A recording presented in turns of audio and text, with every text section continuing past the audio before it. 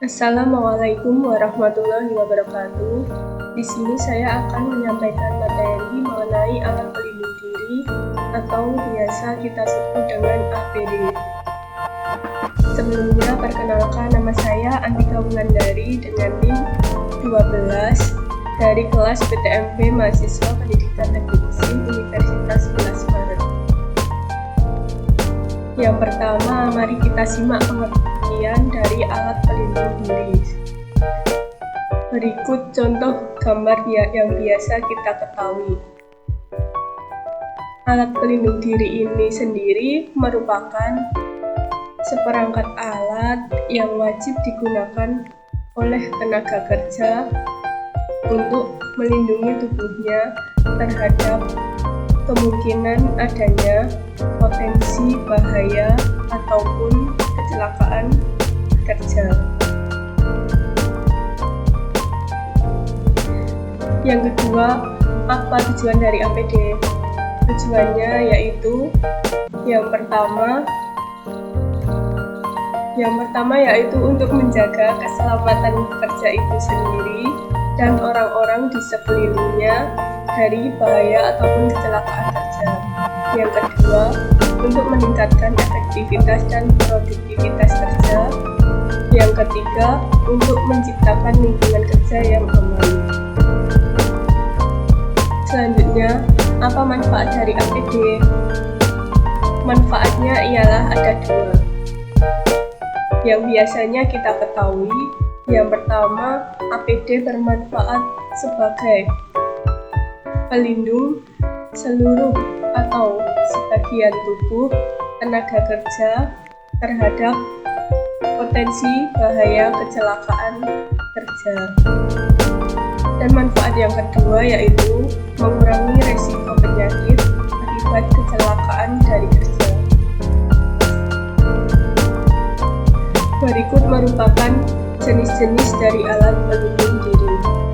Yang pertama, pelindung kepala. Pelindung kepala ini terdiri dari berbagai macam. Yang pertama yaitu topi pelindung atau topi pengaman.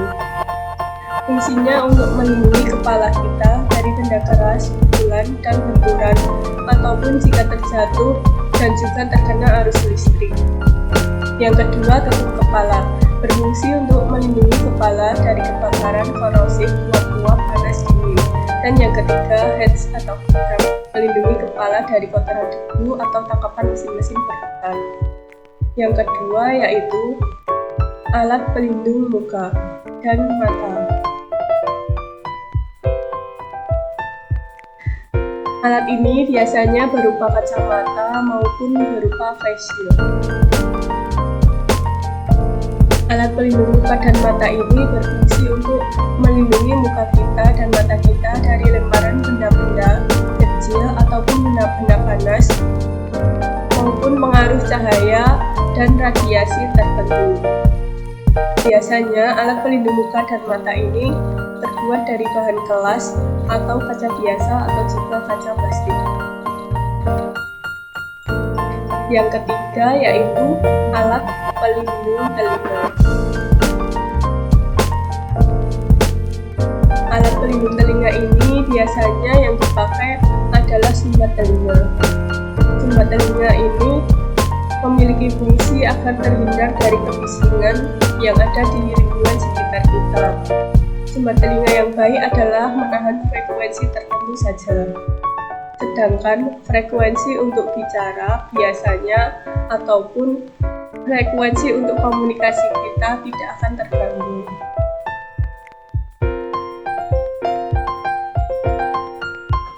Yang kedua yaitu penutup telinga. Dua-duanya ini berfungsi sama, yaitu untuk melindungi telinga kita dari kebisingan lingkungan sekitar. Berikut merupakan contoh gambarnya.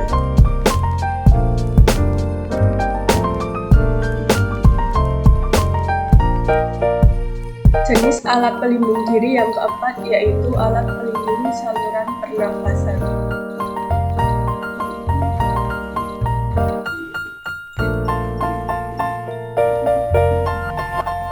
Alat pelindung saluran pernafasan ini berfungsi untuk melindungi organ pernafasan kita dengan cara menyalurkan udara yang bersih ataupun menyaring paparan dari zat atau benda berbahaya.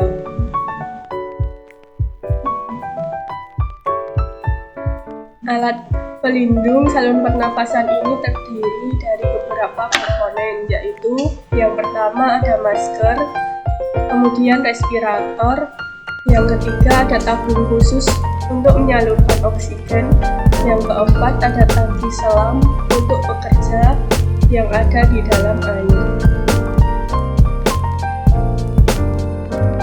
Jenis alat pelindung diri yang kelima yaitu alat pelindung tangan dan kaki. Alat pelindung tangan dan kaki ini biasanya berupa safety shoes, sepatu karet, serta sarung tangan. Di sini alat pelindung kaki dan tangan ini melindungi tangan dan kaki kita dari misalnya dari zat cair yang berbahaya ataupun benturan-benturan ataupun yang lainnya. Yang keenam yaitu alat pelindung badan. Alat pelindung badan ini biasanya berupa pelampung, jas hujan, dan safety belt. Berikut contoh tali dan sabuk pengaman, kemudian gambar dari jas hujan. Kemudian masuk ke pembahasan berikutnya yaitu syarat-syarat alat pelindung diri.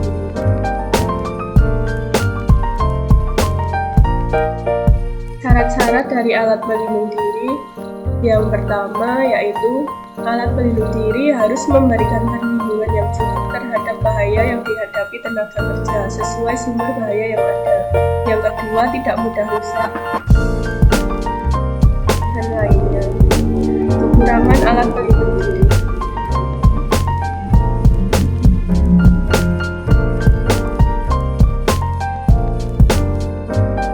Biasanya kekurangan dari alat pelindung diri itu biasanya dari cara pemakaian APD yang salah, kemudian APD tidak memenuhi syarat standar, kemudian APD yang tidak bergantian. Yang kemudian adalah kelebihan dari APD.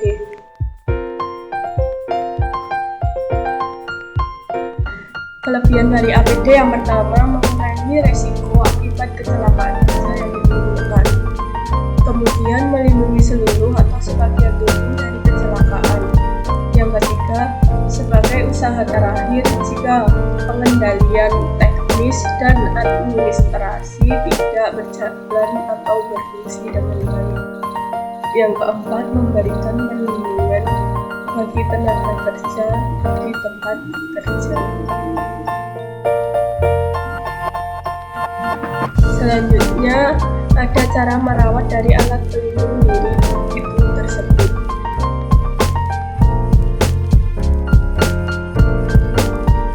Yang pertama, meletakkan alat pelindung diri pada tempatnya setelah selesai digunakan. Yang kedua, melakukan pembersihan secara rutin. Yang ketiga, memeriksa APD sebelum dipakai jika ada kerusakan. Yang keempat, memastikan APD yang digunakan aman.